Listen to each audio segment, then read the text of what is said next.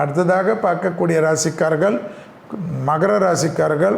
மகர ராசிக்காரர்களுக்கு விநாயகர் வழிபாடு, காரிய சித்தி மாலை. இந்த காரிய சித்தி மாலையை தினமும் 11 முறை ஆன் பண்ணி விடுங்கள். இந்த வாரம் இல்லாமல் எல்லா வாரமும் ஜெயத்தையும் நம்பிக்கையும் ஏற்படுத்தும்.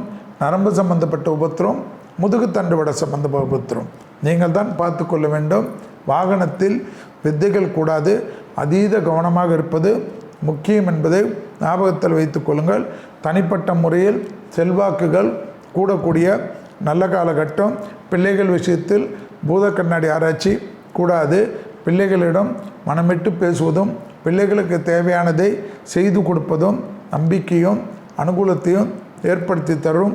புதிய முயற்சிகள், படைப்பாளிகள், கலைத்துறையினர், மீடியா துறையினர் பெரிய பேரையும் பெரிய புகழையும் பெரிய நம்பிக்கையும் பெறுவார்கள்.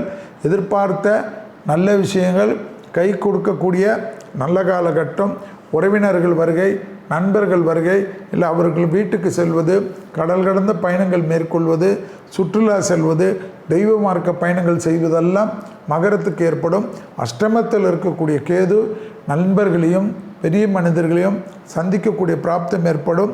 சுக்கிரனின் ஆதிக்கம் தொழிலமைப்பில் புரட்சிகளை ஏற்படுத்தும். கூட்டு தொழிலிலிருந்து தனிப்பட்ட தொழில் தொடங்கக்கூடிய பிராப்தம் மிகப்பெரிய நம்பிக்கையும் மிகப்பெரிய அனுகூலத்தையும் ஏற்படுத்தி தரும்.